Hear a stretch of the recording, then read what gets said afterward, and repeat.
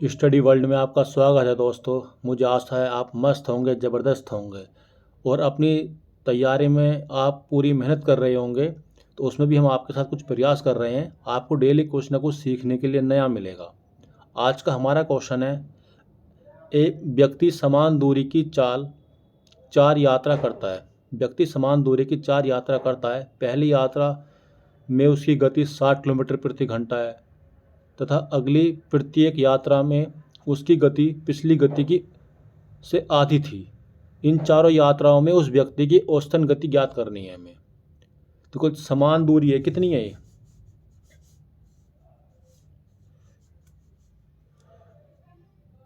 यह समान दूरी है। ये कितनी है?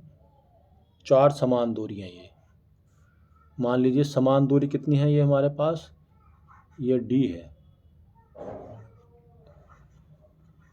समान डिस्टेंस है। इसमें कितने किलोमीटर स्पीड जो है इसकी यहाँ पे कितनी है? 60 किलोमीटर प्रति घंटा है। यहाँ पे क्या हो रहा है, ये 30 किलोमीटर हो गई है और यहाँ पे कितनी हो गई है? 15। और यहाँ पे कितना हो गया ये? 15/2। क्योंकि हर बार क्या कर रहा है, वो अपनी गति को आधा कर रहा है। तो उसकी औसत गति बतानी है हमें। तो औसत गति क्या होती है? जो औसत गति होती है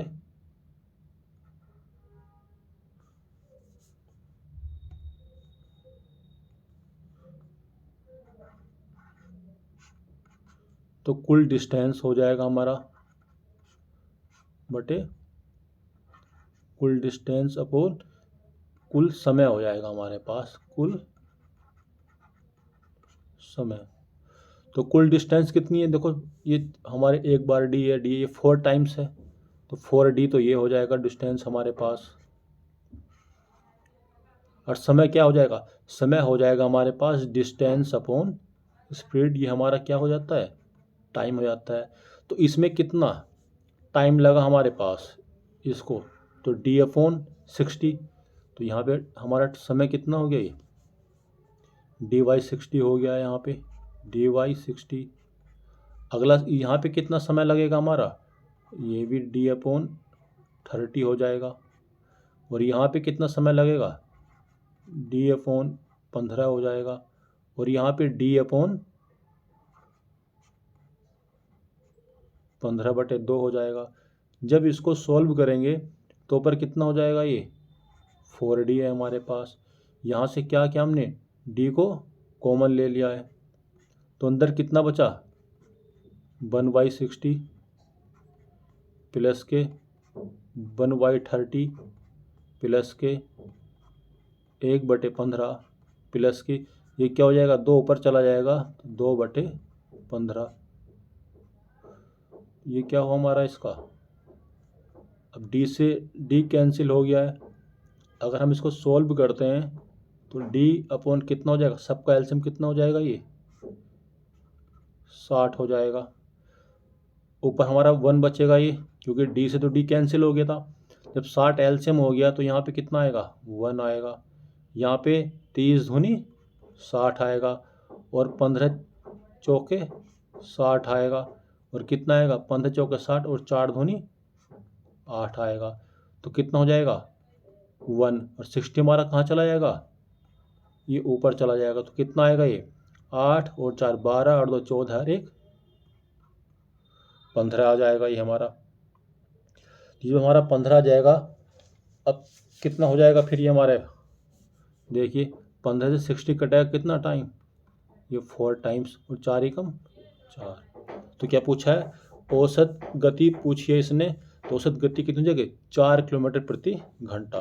कितना हो जाएगी ये? 4 किलोमीटर प्रति घंटा हमारी औसत गति हो जाएगी, जो इस क्वेश्चन का आंसर होएगा। अगला क्वेश्चन है,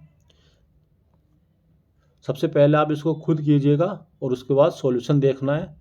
एक माँ और उसकी बेटी की उम्र कितनी है? अनुपात 7:1 है। 5 वर्ष के बाद अनुपात कितना होता है? 4:1 हो जाता है। तो हमें वर्तमान आयु का अंतर बताना है। जो इस तरह के क्वेश्चन होते हैं तो सबसे पहले हम देख लेते हैं इसको। ये प्रेजेंट हुआ यहाँ पे। अगर पहले की बात करता है तो ये बाद में हो जाएगा यहाँ पे।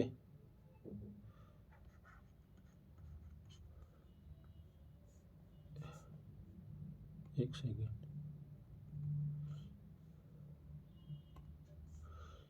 ये प्रेजेंट हो हमारा, ये वर्तमान होगा, और इधर क्या होगा, ये पहले होगा।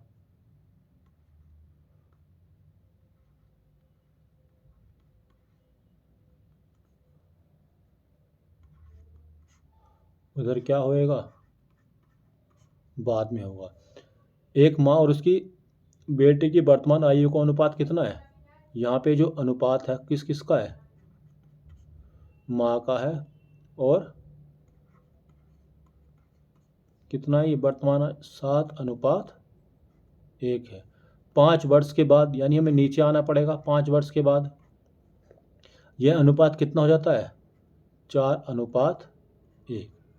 यहाँ पे देखिए ये डिफरेंस कितना है, यहाँ पे 4 और 7 के बीच में 3 का डिफरेंस है, और एक के बीच में कितना है, यहाँ पे 0 का डिफरेंस है।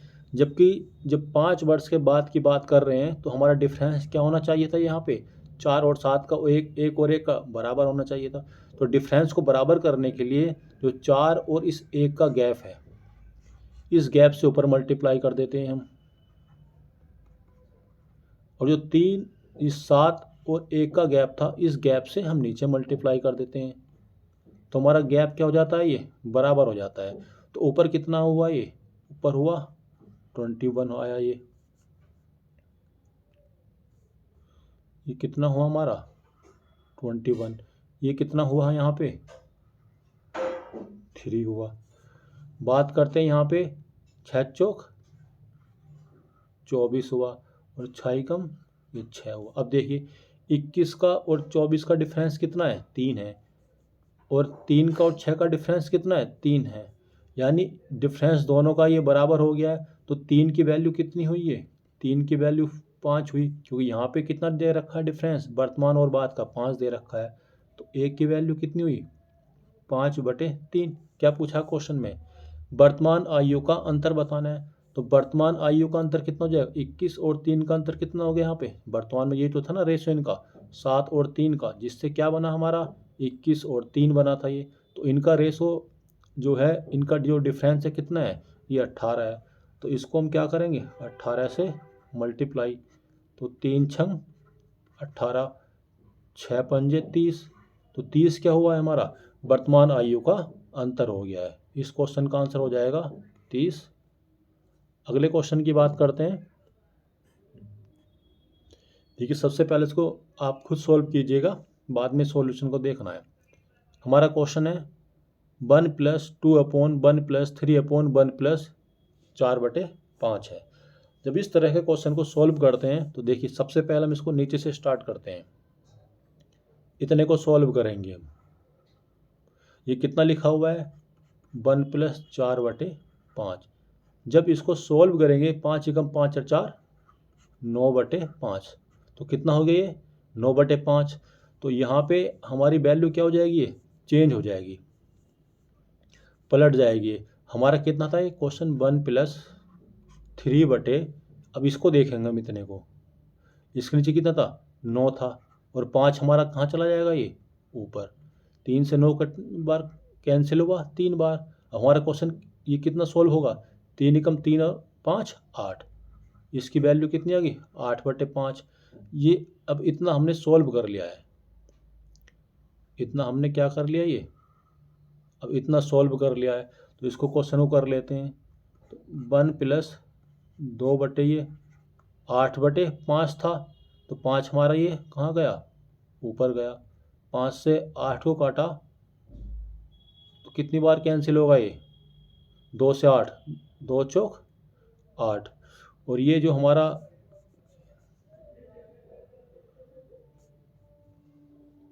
हमने कुछ कैंस यहाँ पे कुछ गड़बड़ कर दी है।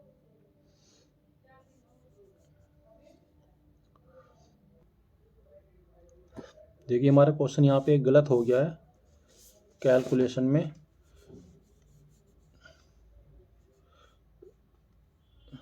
ये जो होना है हमारा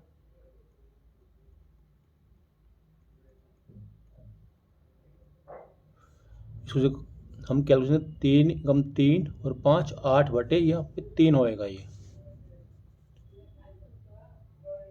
कितना होना है? ये 8/3 होएगा यहाँ पे।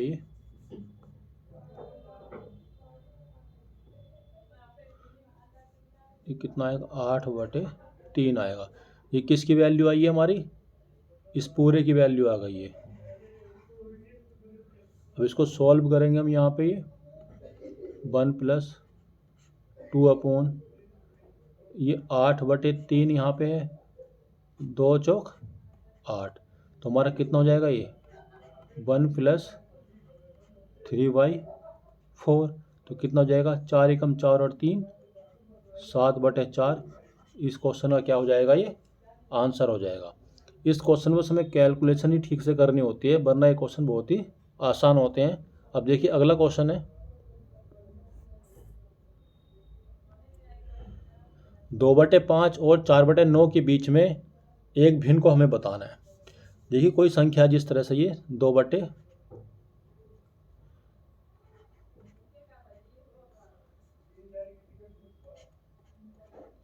है और अगली संख्या कितनी है हमारे पास? 4/9 है। इसको कितना लिख सकते हैं हम?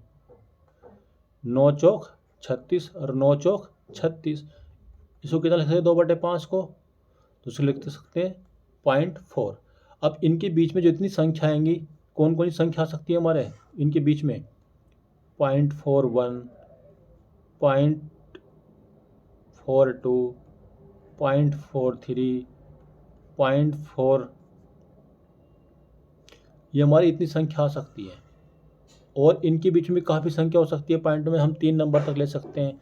तो सबसे पहले पास जो हमारे पास ऑप्शन था, जैसे ये है 3/7, इसको कितना लिख सकते हैं?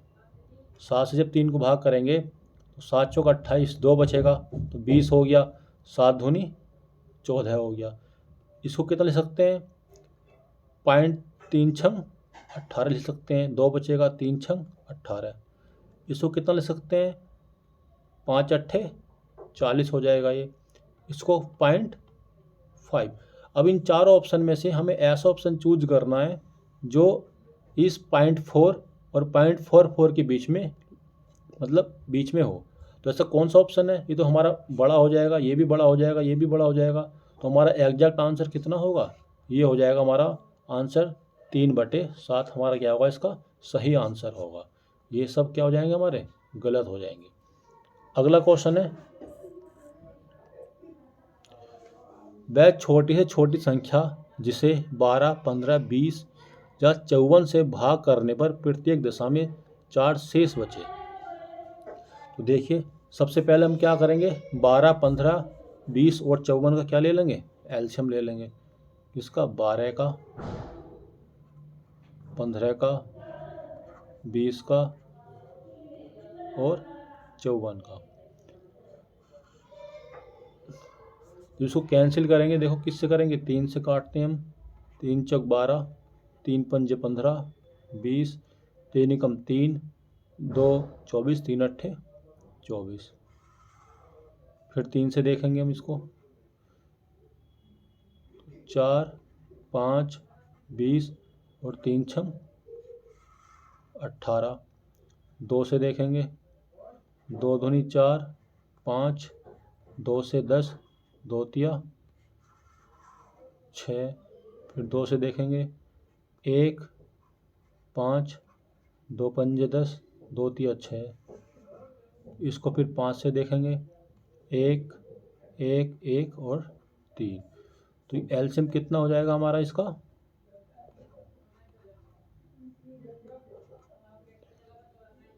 3 तिया 9, दूनी 18, पंजे 90, दूनी 180, क्या कितना हो जाएगा? 540। हमारा एलसीएम कितना हुआ? 540। जब 540 से एलसीएम आया है ना, ये 12, 15, 20 और 54 से पूरा पूरा डिवाइड हो जाएगा, यानी पूरा पूरा भाग चला जाएगा। अब हमें क्या करना है? इसमें 4 शेष बचाना है। तो इसके अंदर हम क्या कर देंगे? 4 को ऐड कर देंगे तो हमारा आंसर कितना हो जाएगा? 5, 4, 4 हमारा इस क्वेश्चन का क्या हो जाएगा? आंसर हो जाएगा। अगला क्वेश्चन है क्वेश्चन नंबर 6 है, एक व्यक्ति अपनी आय का 1/4 भाग खाने पर, 2/3 भाग घर के किराए पर और शेष जो कि 630 रुपये है उसको दूसरी वस्तुओं पर खर्च करता है। उसके घर का किराया है। तो देखिए, जो व्यक्ति है उसकी आय कितनी है, हमें इसमें पता नहीं है, तो हमने माना ये व्यक्ति की आय है। तो आय का 1/4 भाग किस पे कर रहा है, वो खाने पर खर्च कर रहा है। उसके बाद किराए पर कितना कर रहा है, वो 2/3 भाग खर्च कर रहा है। और 630 रुपये उसके पास क्या है, ये बच गए हैं। तो देखिए, 4 का और 3 का एलसीएम कितना हुआ, 12। 4 से जब 12 को डिवाइड करा, हमने इसको एक ऐसी वैल्यू ले ली है जो हमारी इसकी आय बन जाएगी, जो इन संख्याओं से पूरी पूरी कट भी जाए। तो 4 का 3 का एलसीएम ले लेंगे और उसके बाद में 4 से 12 को डिवाइड करा हमने, तो कितना आया, 3 इसका खाने पर खर्च हुआ। 3 चौक 12 और 4 दूनी 8 किस पे हुआ, इसके किराए पर। अब बचा कितना, 8 3 11, उसके पास 1 बचा। 1 की वैल्यू कितनी हुई, 630 रुपये। तो घर के किराए पर उसका खर्च पूछा है, तो किराए पे कितना है, 8 खर्च कर रहा है वो। 1 की वैल्यू 630 है, तो 8 की वैल्यू कितनी हो जाएगी, 630 मल्टीप्लाई 8, यानी 800, 8 3 24 के 4 हाथ से लगे 2, 8 6 48 और 2 50, यानी 5040 रुपये क्या हो जाएंगे उसके घर के किराए पर, क्या हो जाएंगे उसके खर्च हो जाएंगे। अगला क्वेश्चन है, किसी वस्तु पर छपा हुआ मूल्य 900 रुपये है, यानी छपा हुए मूल्य का मतलब हो गया उस पर जो एमआरपी है कितनी है, ये 900 रुपये है।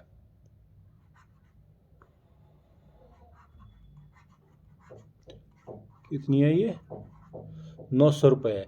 लेकिन एक खुदरा व्यापारी इस पर 40% का छूट पर खरीदता है। इस पर कितना हुआ, 40% का मतलब कितना हुआ, 40% की वैल्यू हो जाएगी हमारी 2/5 हो जाएगी। यानी इसको ऐसे करेंगे हम, 40/100, जीरो से जीरो कैंसिल हुआ, 2 दूनी 4 और 2 पंजे 10, कितनी थी, 2/5। इस पर क्या रहा, छूट पर खरीदा है, यानी 5 का सामान उसने कितने बार खरीदा है, 5 का सामान 3 में खरीदा है। तो 5 की वैल्यू 900 है, यानी 1 की वैल्यू कितनी आई, 180 आई। तो 3 की वैल्यू होगी 18 × 54, यानी 540 रुपये में उसने ये खरीदा है। इसके लिए सीपी हो गया ये, और बेचने वाले के लिए क्या हो गया, ये एसपी हो गया है। उसे 900 रुपये में बेच देता है, यानी यहाँ पे ये अब इसको कितने में बेच देता है, 900 रुपये में ये बेच देता है। यानी उसने 900 रुपये का वस्तु थी, 40% छूट के बाद कितने खरीदी, 540 रुपये ही खरीदी है। अब उसने उसको कितने में बेच दिया, 900 रुपये में बेच दिया। तो उसको प्रॉफिट कितना हुआ यहाँ पे, तो 10 में से 0 का 0 गया, 10 में से 4 गए 6, और यहाँ पे कितने, तो 8, 8 में से 5 गए, 360 का प्रॉफिट है। किस पे, 540 पे है ये। तो मल्टीप्लाई 100 कर देंगे इसको, 0 से 0 कैंसिल हुआ, 18 दूनी 36 और 18 तिया 54, यानी कितना हो जाएगा ये, 200/3 क्या हो जाएगा हमारा, इतने परसेंट का उसको क्या होगा, ये लाभ होएगा। हमारे क्वेश्चन का आंसर होगा 200/3। अगला क्वेश्चन है, क्वेश्चन नंबर 8 है, 4.8 और 10.8 के बीच मध्य अनुपात, 0.4 और 2.4 के बीच तृतीय अनुपात बताना है। जो मध्य अनुपात होता है, हम इसके लिए क्या करते हैं, इनको अंडर रूट में ले लेते हैं, यानी अंडर रूट क्या हो जाता है हमारे पास, ए बी।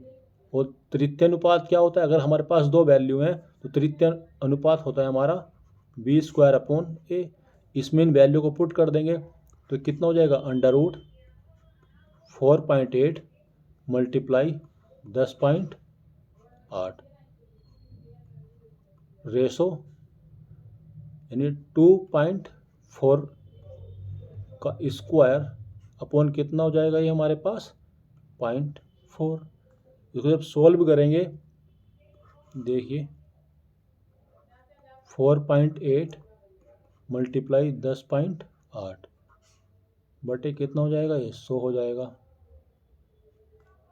इसको जब सोल्व करेंगे, तो ये आ जाएगा 2.4 मल्टीप्लाई 2.4 अपॉन 0.4। इससे ये कैंसिल हुआ, 4 से 24 कटा 6 बार, तो कितना हो जाएगा 6 चौक 24 के 4, हाथ से लगे 2, 6 दूनी 12, 8 2 14, यानी 14.4। ये इसका 10 तो बाहर आ जाएगा हमारा, ये ऊपर का 48 और 10.8, जब इसको करेंगे 16 तिया 48, तो इसका कितना आ गया हमारे पास 16 का 4 आ गया। अब यहाँ कितने बचेंगे हमारे पास 3 बचेंगे। अभी कितने बचे 3, और 10.8 के हम फैक्टर करेंगे, 3 ये बचे मल्टीप्लाई 10.8, इसके कितने 36 या 108, तो यानी ये अंडर रूट में, तो 36 का कितना 6 बाहर आ गया, 3 और 3 का कितना 3 बाहर आ गया। इसको जब करेंगे तो 10 से 10 कट गया। अब देखिए कितना हो जाएगा, ये 4 छंग 24, 24 तिया 72, इसकी वैल्यू 72 हुई। इसकी वैल्यू कितनी है 144 है। 72 से 144 कितनी बार कटेगा 2 बार कटेगा, तो रेशो कितना हुआ हमारे पास 1:2। इस क्वेश्चन का आंसर कितना हो जाएगा 1:2 हो जाएगा। अगला क्वेश्चन है,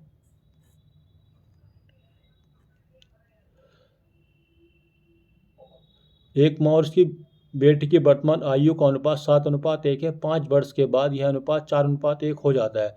उनकी वर्तमान आयु के बीच अंतर बताना है। ये क्वेश्चन दोबारा रिपीट हो गया है, तो इसको आप खुद कीजिएगा।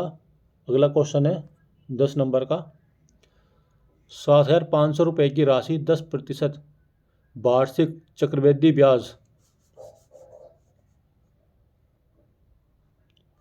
की दर पर एक निश्चित समय में यानी 9,075 रुपये हो जाती है, तो उसी दर से उसी अवधि में प्राप्त साधारण ब्याज बताना हमें। तो कितनी राशि है ये 7,500, ये कितनी हो जा रही है 9,075 रुपये हो जा रही है। तो हम 25 से काट लेते हैं, 25 या 75, इसको काटेंगे 25 या 75, कितना बचा यहाँ पे 10 में से 5 गए 5, और यहाँ बचेगा 8 में 7 गए 157 हो जाएगा। 25 छक्का 150, 7 75, 25 या 75, फिर 3 से काटेंगे, ये कितना हो जाएगा 100 हो जाएगा। 3 से इसको काटेंगे, 3 एकम 3, 3 दूनी 6, 3 एकम 3। अब देखिए इसको रूट कर देते हैं, क्योंकि चक्रवृद्धि ब्याज हमें टाइम निकालना है, तो किसका हो जाएगा ये रूट बना 10 हुआ, और ये कितना हुआ हमारे पास 11, तो हमारे पास टाइम कितना हो गया यहाँ पे टाइम हो गया 2। अगर ये वैल्यू हमारे पास क्यूब रूट होती तो हमारा टाइम कितना हो जाता 3 साल। ये स्क्वायर रूट है तो हमारा टाइम कितना हो गया 2 साल। हमें क्या बताना है उसी दर से उसी अवधि में, तो हमें क्या बताना है साधारण ब्याज बताना है कितना होगा। तो मूलधन कितना है 7,500 रुपये है, दर कितनी है 10% है, टाइम कितना है 2 साल है, बटे 100। 2 जीरो से 2 जीरो कैंसिल हुए, तो कितना हो जाएगा 75 दूनी 150, तो ये हो जाएगा हमारे पास। और कितना है 1 ज़ीरो ये भी है, तो 1 ज़ीरो हम यहाँ पे लिख देंगे। तो हमारा जो सिंपल इंटरेस्ट हुआ साधारण ब्याज हुआ 1,500 रुपये का हुआ ये। तो हमारे क्वेश्चन का आंसर हो जाएगा 1,500 रुपये क्या हो जाएगा साधारण ब्याज हो जाएगा। यदि यह वीडियो आपको पसंद आती है तो वीडियो को लाइक कीजिए, सब्सक्राइब कीजिए, और इस तरह के और भी क्वेश्चंस के लिए हमारे चैनल को सब्सक्राइब कीजिए। यह आपकी जो तैयारी है उसमें कुछ ना कुछ ज़रूर इम्प्रूव करेंगे। धन्यवाद।